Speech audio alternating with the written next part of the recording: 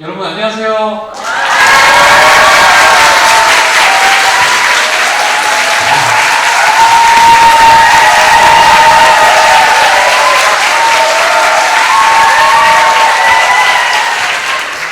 뭐 반응 연습하셨나요? 여러분 너무 반갑습니다. 저는 유튜브 위량길 채널을 운영하고 있는 박유라고 합니다. 반갑습니다.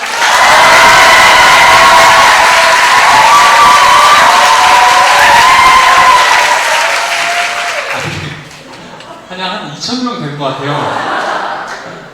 여러분, 이런 귀중한 시간에 너무나 부족한 저에게 제가 만난 하나님에 대해서 여러분과 나눌 수 있는 기회를 주셔서 진심으로 감사합니다.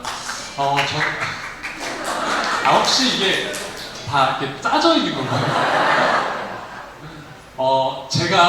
저는 개인적으로, 저도 중학교 때, 고등학교 때 이런 수련회에서 하나님을 인격적으로 만났어요. 그래서 지금 이 수련회 기간이 얼마나 소중하고 귀한 시간인지 제가 너무나 잘 알기 때문에 여러분들이 오늘 이 밤에 하나님을 인격적으로 만나게 되시기를 제가 너무 간절히 바랍니다.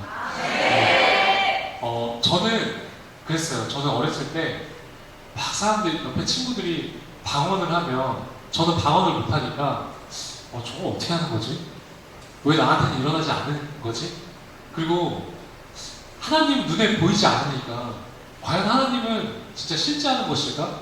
전 그런 고민을 되게 많이 했었거든요.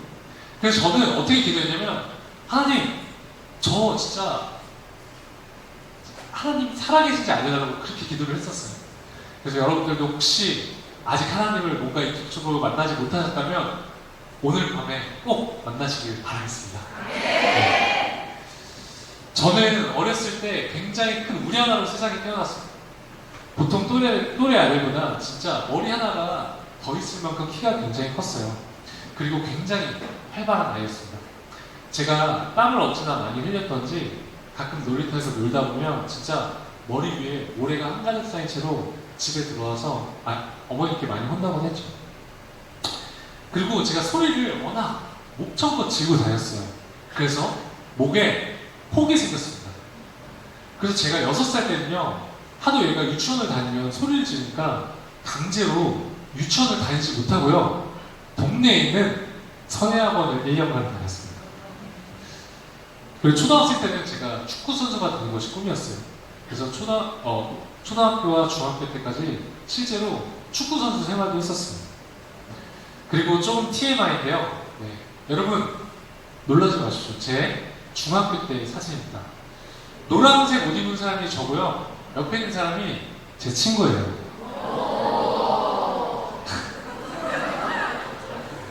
네. 지금으로부터 8년 전 이야기입니다. 제가 취업할 때쯤 지금처럼 굉장히 취업난이 심했어요. 제가 대학교 때 학점도 정말 안 좋아서 취업 스트레스를 엄청나게 받고 있었습니다. 여러분, 제가 좀 학점이 안 좋게 생겼죠? 좋아.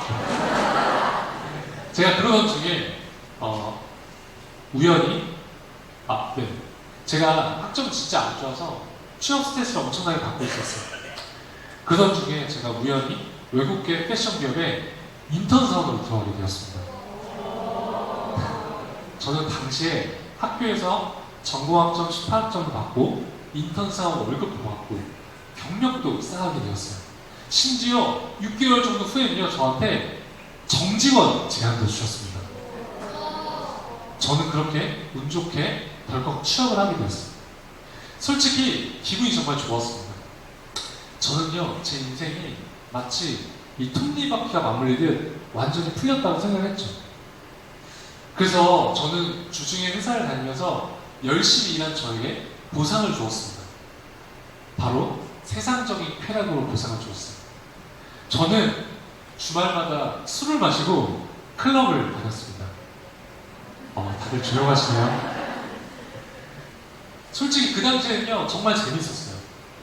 한 번은 제가 토요일 날에 술을 많이 마시고 주일날 이렇게 교회 가서 이렇게 기도한 적이 있습니다.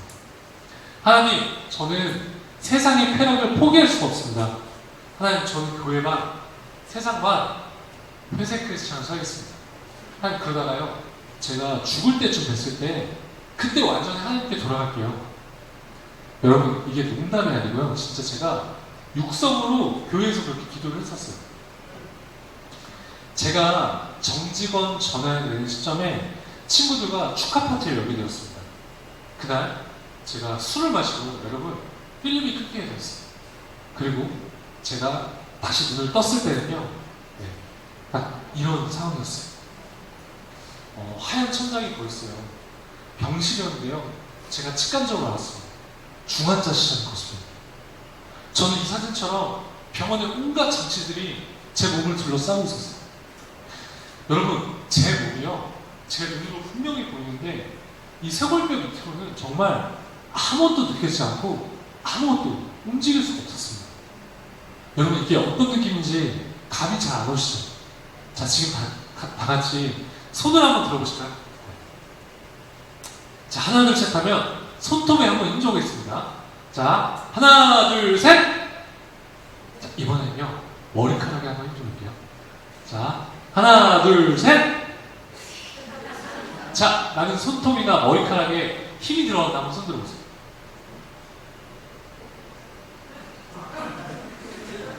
들어가세요?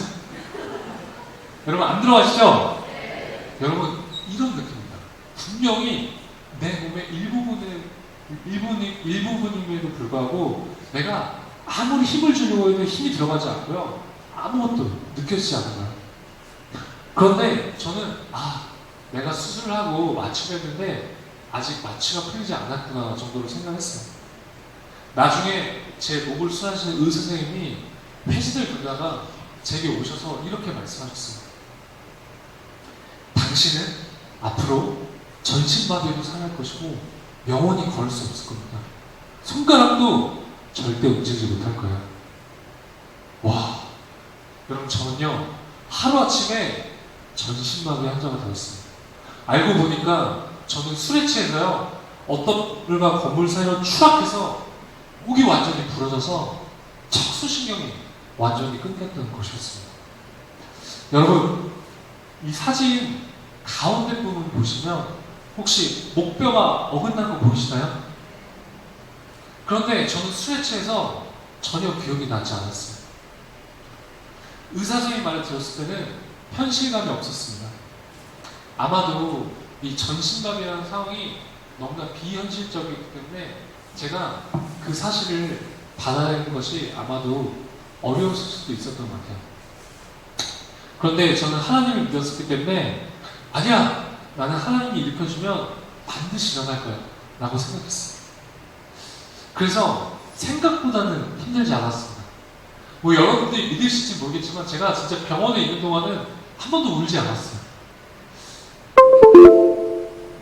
네. 혹시 이 전 사진, 네. 여러분, 이 사진이 제가 전신마비 진단을 받고 한 2주 정도 됐을 때의 사진인데요. 이렇게 전신마비 진단을 받은 사람 표정 치고는 약간 표정이 제정신 아니죠? 네, 이제 다음 사진. 네. 전신마비가 되니까요, 제가 할 수 있는 것은 아무것도 없었습니다.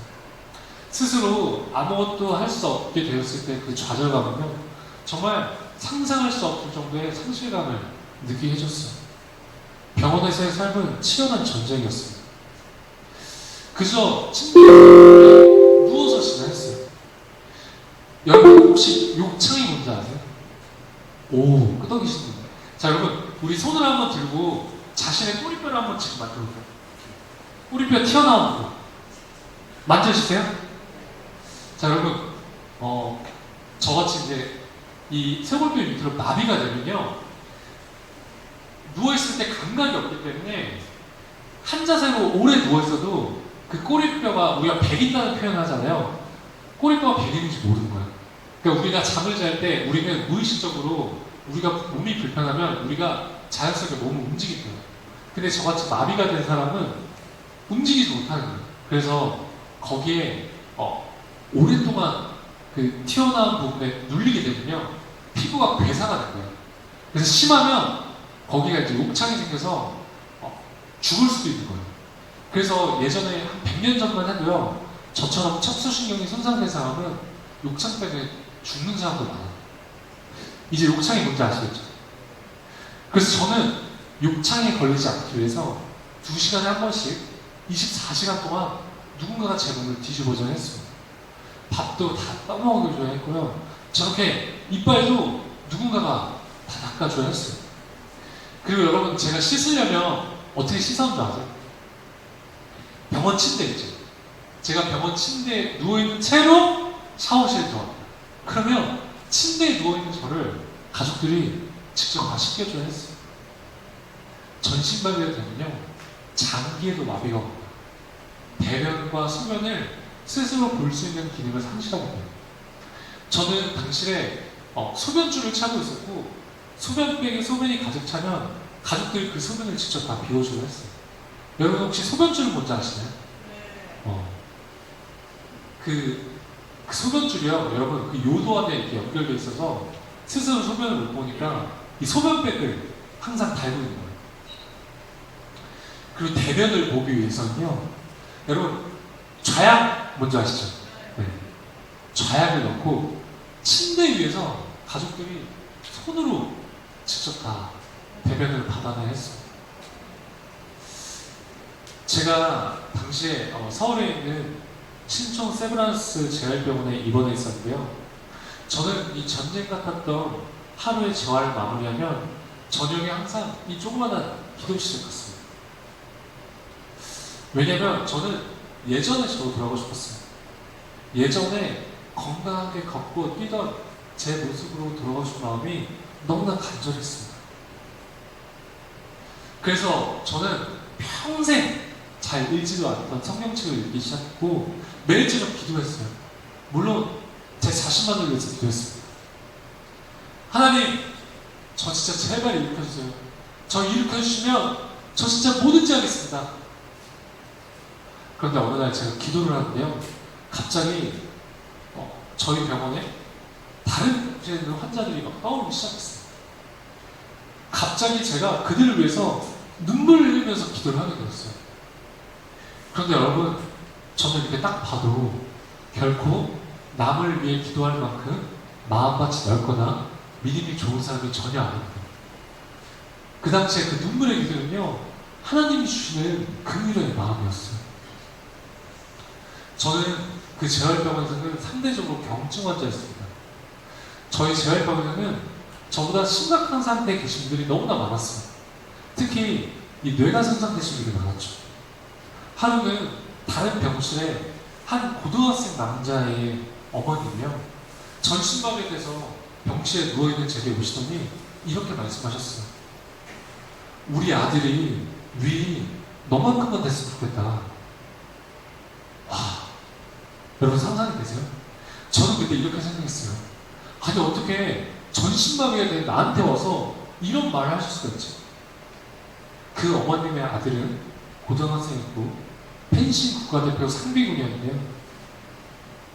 이 교통사고로 뇌가 수상이 돼서 대화가 불가능하고 밥도 먹을 수 없고 회복을 기다리기가 너무나 어려운 상황이었습니다. 저는 너무 마음이 아팠지만 겉으로 울 수가 없었어요. 제가 입원해 있던 곳에 대부분의 환자들이 이런 어려운 상황 가운데 놓여져 있었어요. 그렇게 그 기도실에서 제가 막 1시간 정도 울면서 기도를 했어요. 그리고 그때 하나님이 제게 마음으로 강력하게 말씀하시는 것 같았습니다. 위야, 너는 반드시 회복될 것인데 너는 앞으로 너와 비슷하게 아픈 사람들, 또 세상에 정신적으로 고통받고 있는 사람들에 가서 반드시 희망이 되는 사람이 되어야 된다. 그런데 여러분, 저는 그 당시만 해도 혼자서 이렇게 휠체어를 밀 수조차 없는 상태였거든요. 그래서 저는 제가 구체적으로 어떻게 사람들한테 희망을 줄 수 있을지는 전혀 알지 못했고 감이 오지 않았어요. 저 근데 궁금한 게 있는데 혹시 제가 중간에 이렇게 왔다 갔다 할 때 마이크를 쓰지 않으면 문제가 되나요? 아, 괜찮아요? 네. 아직 그 영상이 약간 홀드해주세요. 네. 저는 6개월 정도 병원 생활하고 퇴원을 했습니다. 퇴원했지만 저의 모든 생활은 제 가족한테 의지할 수밖에 없었어요. 대변과 소변도 여전히 가족들이 직접 다 받아내야 했습니다. 그리고 저는 잠을 자기 위해서 침대에 누우면요, 저희 아버지나 남동생이 집에 올 때까지 꼼짝없이 기다려야 했어요. 왜냐면 침대에서 제 몸을 들어서 침대에 옮기려면 휠체어에서 제 몸을 들어서 침대에 옮기려면 성인 남성 이상의 힘이 필요했기 때문이에요. 그래서 저는 그때 이렇게 생각했습니다. 내 인생은 그 누구도 나를 대신해서 살아줄 수 있지 않기 때문에 반드시 내가 독립적으로 생활할 수 있을 때까지 재활해야겠다. 이제 그 재활 영상 틀어주십니다. 저는 살기 위해 죽을 힘을 다해 재활하기 시작했습니다. 저는 저희 집 근처에 한강이 있었는데요. 네. 저는 비나 눈이 오지 않으면, 영하 5도 밑으로 떨어지지 않으면 진짜 온몸에 핫팩을 붙이고 한강에 나가서 매일매일 3시간 이상 휠체어를 밀었습니다. 진짜 50m, 100m, 500m, 1km 휠체어를 스스로 밀 수 있는 거리를 제가 서서히 늘려나갔어요.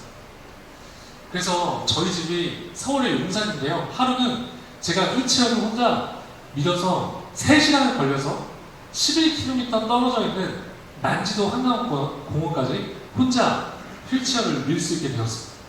저는 그때 이런 생각을 하게 되었어요. 내가 이제 11km 떨어진 곳에 혼자 놓여지라도 이제 혼자서 집은 갈 수 있겠구나.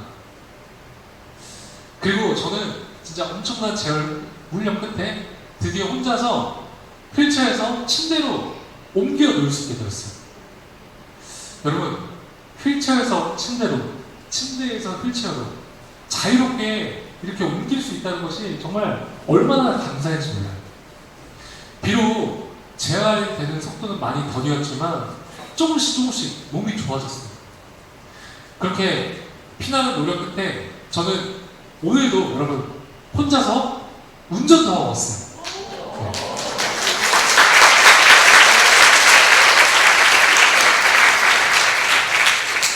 제가 봤을 때 미라클 구독을 아무도 안 하고 있나 봐요. 운전하는 거 몰랐죠? 알아요? 네. 비록 손으로 운전하는 것이지만요. 그래서 저는 이렇게 독립적으로 제가 어딘가에 혼자 갈 수 있다는 것이 하나님께 얼마나 감사한지 모릅니다. 저는 정말 다행히도 병원에서 말했던 것과는 다르게 엄청나게 재활이 잘 되어 있었습니다. 기적이었어요. 사람들은 저를 보면 너무나 대단하게 생각하고 너무나 좋아해줬어요. 육체적으로는 굉장히 건강해져 있었습니다. 그런데 제 신앙생활은요, 오히려 내리막길을 걷고 있었어요. 저는 제 몸이 굉장히 재활이 잘 되어가고 있음에도 불구하고 제 몸에 만족할 수 없었습니다. 왜냐면 제 목표는 예전에 저로 돌아가는 것이기 때문이에요. 저는 예전처럼 다시 일어서서 걷고 뛰고 축구를 하고 싶었어요. 저는 진짜 하나님께 진짜 매일 이렇게 달라고 기도했지만 하나님은 듣고 계시지 않은 것 같았어요. 마치 제 기도가요, 뭔가 하늘의 벽에 막혀서 하나님께 전달되고 있지 않은 것 같죠. 그리고 저는 매일 하는 기도가 똑같았기 때문에 예배 시간에 가도 기도가 잘 되지 않고 하나님께 더 이상 할 말이 없었습니다. 그래서 예배 시간에 제 마음은 냉랭했어요. 기쁨을 잃었습니다. 그리고 저 당시에 이 청년부 예배를 드리지 않고 저희 교회 새신자 예배를 드렸어요. 왜냐면 설교 말씀이 짧고 예배 시간이 짧았기 때문이에요. 그런 중에 제 친구가 어느 날 제게 와서 이렇게 말을 했습니다. 위야, 우리 이제 다시 공동체 생활하자. 이렇게 신앙생활하면 안 될 것 같아. 그래서 저도 못 이긴 척 다시 청년부 예배를 드리기 시작했습니다. 여러분, 제가 청년부 2년째 되는 해에 제가 어마어마한 사람을 만나게 됩니다. 그 사람은요, 제가 살면서 봤던 사람 중에 가장 끈질긴 사람이었어요. 저는 항상 이름도 말해요. 실명 토크, 유준상.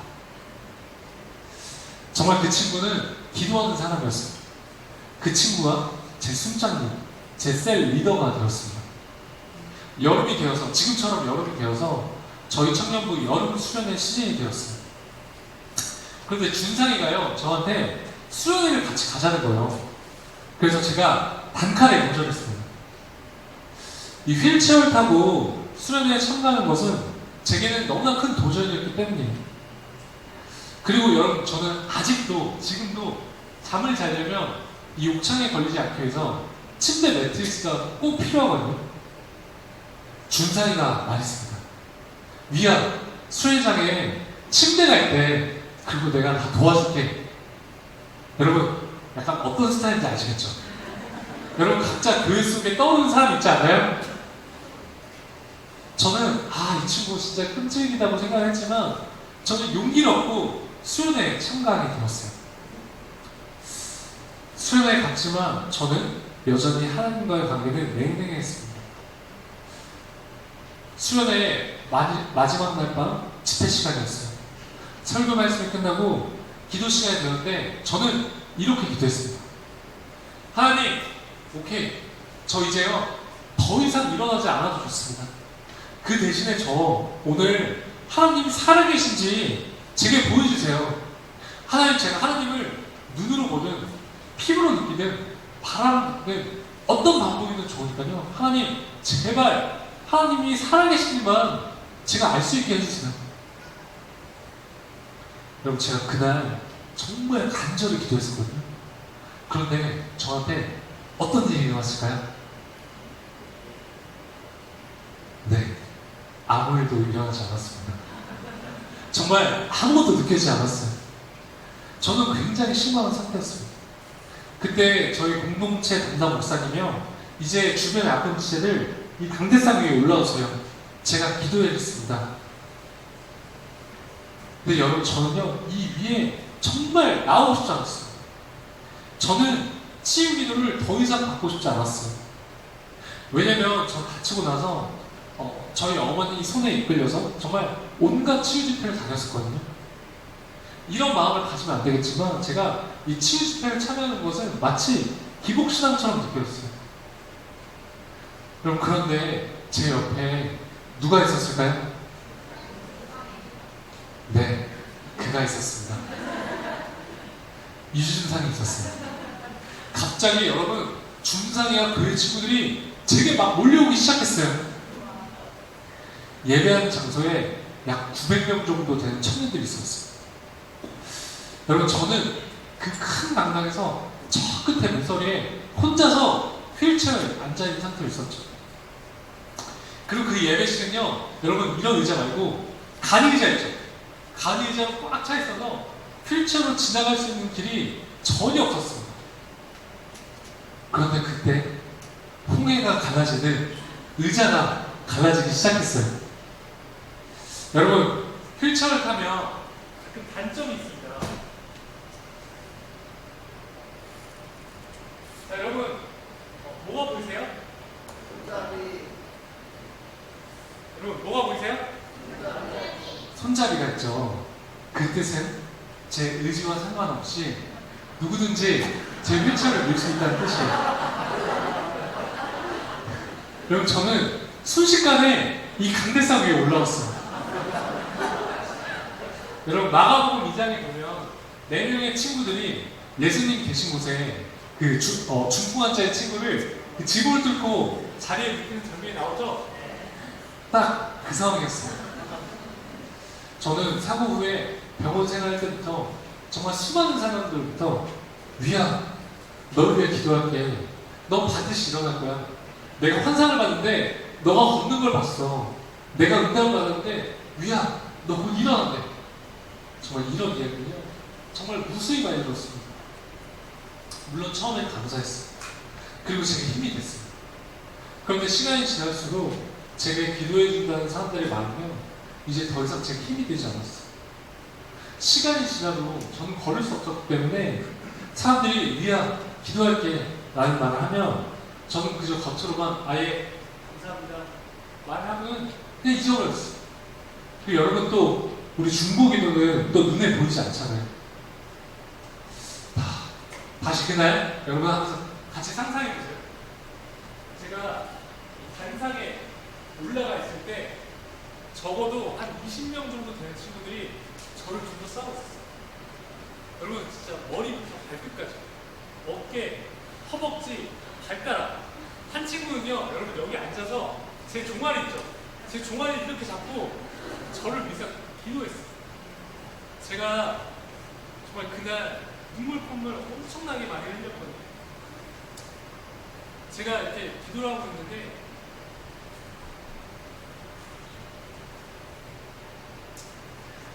이렇게 단상 위에서 친구들이 저를 위해서 기도해 주는 모습을 제가 보였는데 하나님이 제게 알려줬어요. 위야, 이게 중보기도야. 이걸 딱 느끼게 해주셨어요. 제가요, 이렇게 눈으로 보니까 알겠더라고요. 아, 여태껏 이 수많은 사람들이 나를 위해서 기도를 해주고 있었던 것이었구나. 하나님은 저희 부족한 믿음을 아시고 하나님은 제게 중보기도의 실체를 보여주셨어요. 저는 하나님께 하나님이 살아계신지 알려달라고 기도했는데요. 하나님은 제게 중보기도의 실체를 알려주시도록 하나님의 존재를 보여주셨어요. 그러자 저는 막 저를 위해 기도해주신 많은 사람들이 떠오르면서 너무나 죄송스러운 마음이 들었습니다. 그래서 제가 그때 막 엄청나게 울면서 회개했어요. 그렇게 저는 그날부터 서서히 하나님과 관계를 회복하게 되었습니다. 다시 이 공동체 생활을 열심히 할 수 있게 되었죠. 그래서 제가 그 이후에는요, 휠체어를 타고 제주도와 일본으로 단기 선교 활동을 다녔습니다. 아, 물론 긴 건 아니에요. 저는 모태신앙인으로서 교회를 오래 다녔지만 솔직히 이 교회 공동체에 대한 중요성을 잘 알지 못했어요. 그런데 제가요, 공동체 생활을 열심히 하게 되면서 신앙적으로 성숙하게 되었습니다. 공동체 안에서 신앙생활을 공유하고 서로 나누고 기도하니 비로소 왜 혼자서 신앙생활을 하는 것이 어려운지 깨닫게 되었습니다. 하나님께서 왜 교회 공동체를 만드셨는지 알겠더라고요. 하나님은 이 교회 공동체 안에서 서로의 연약한 부분을 보듬고 사랑하길 원하신다는 것을 알게 되었습니다. 여러분, 우리가요, 사랑을 하면요, 하나님을 더 깊게 느끼고 알아갈 수 있는 것 같습니다.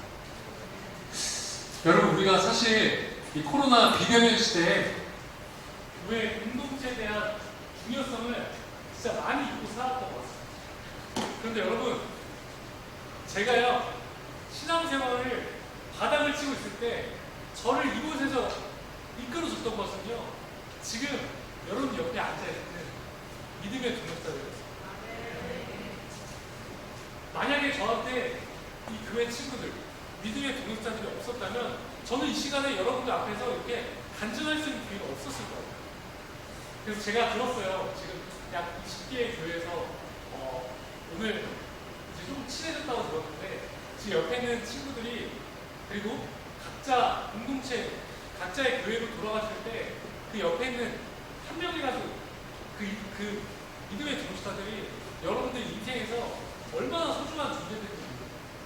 그러니까 여러분, 이 교회 공동체에 있는 친구들이요, 저 같은 사람 한 명 생명 살릴 수도 있는 거예요.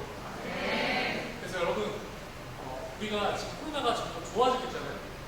이럴 때일수록 다시 이 교회 공동체에 대한 중요성을 우리가 자각하고 서로를 위해서 기도하는 시간을 가지면 너무나 좋을 것 같아요. 특히 저는 오늘 만약에 기회가 된다면 우리가 비록 서로 다른 교회에서 왔지만 서로를 위해서 또 서로의 교회 공동체의 부흥을 위해서 중보해주는 시간을 가지면 너무나 좋을 것 같습니다. 그래서 여러분, 우리가 제가 약간 닭살돋는 거 못하거든요. 하지만 이럴 때 하는 거예요. 자, 우리 옆에 있는 친구 이름을 알아요? 명찰 있죠? 자, 이렇게 한번 해볼게요. 누구누구야? 사랑해. 시작!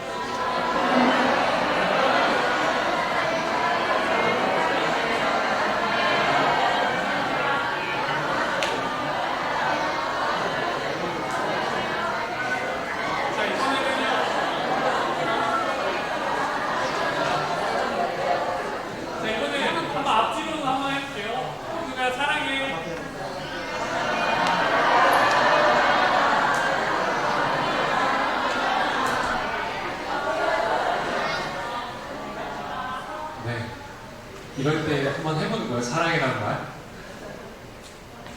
여러분 어때요? 좀 이렇게 처음에 서먹서먹했는데 오늘은 좀 친해졌어요?